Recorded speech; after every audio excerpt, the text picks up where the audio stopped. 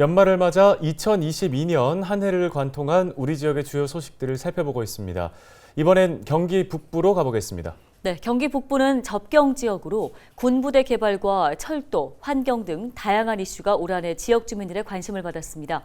2022년 경기 북부 주요 이슈들 이재필 기자가 정리했습니다.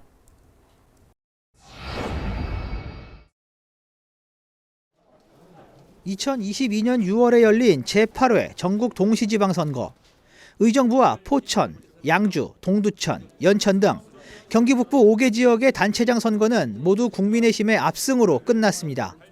대통령 취임 후 한 달 만에 치러진 선거라 현 정부에 대한 기대감이 영향을 미쳤습니다. 특히 이들 경기 북부 5개 지역의 당선자는 모두 초선. 경선 때부터 치열한 선거전을 치렀는데 시민들의 선택은 새 인물이었습니다.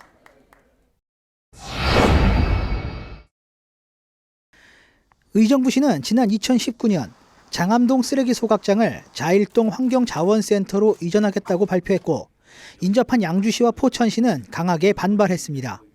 소각장을 둘러싼 지역 간 갈등은 2022년에도 이어졌습니다. 특히 지난 12월 초 소각장을 둘러싼 세 곳 지자체 간 환경 분쟁 조정도 결렬됐습니다. 의정부시는 김동근 시장이 취임하며 소각장 사업을 백지 상태에서 전면 재검토하겠다고 밝힌 상황. 하지만 환경 분쟁 조정 결렬로 지자체 간 갈등의 불씨는 여전히 남아있는 상황입니다. 지역 환경단체는 주민 간 합의를 통해 소각장 이전 문제가 원만히 해결되기를 희망했습니다. 이번 일을 계기로 여러 가지 방식들, 이전이라든지 아니면 민영화 이런 것들을 갖다가 원점에서부터 다시 재검토해서 정말 시민들이 원하는 방식으로 이렇게 현대화 사업을 진행했으면 좋겠습니다.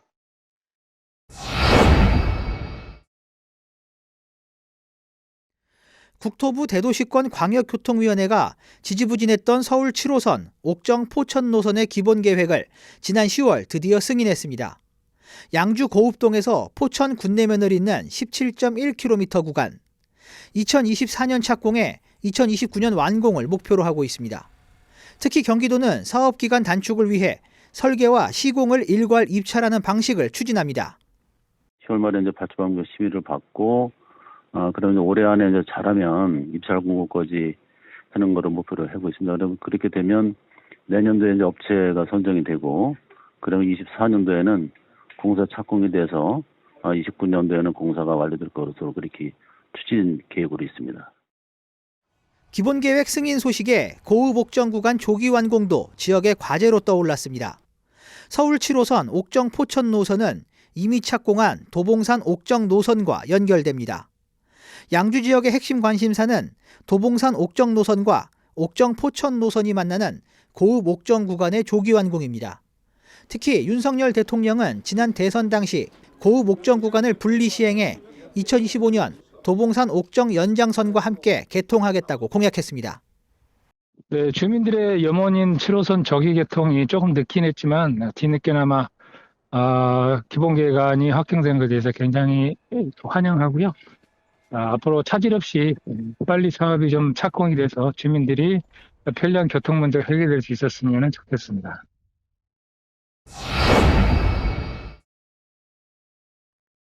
포천시의 주둔하는 육군단이 68년의 역사를 뒤로하고 공식 해체됐습니다. 이에 포천시는 지역 성장의 동력으로 삼기 위해 국방부에 육군단 부지 반환을 요청한 상황입니다.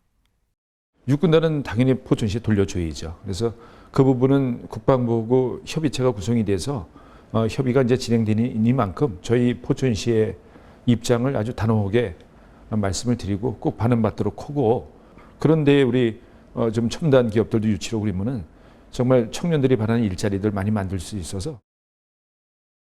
특히 포천시와 국방부는 논의 8개월 만인 지난 11월 15일 처음으로 부지 반환을 위한 상생협의체 회의를 열었습니다. 아직 결과를 도출하지는 못했지만 부지 반환을 위한 협상 테이블은 마련된 상황입니다. 포천시는 기부대 양여 등 다각도로 부지 반환을 위한 해법을 모색하고 있는 것으로 알려졌습니다. 헬로티비 뉴스 이재필입니다.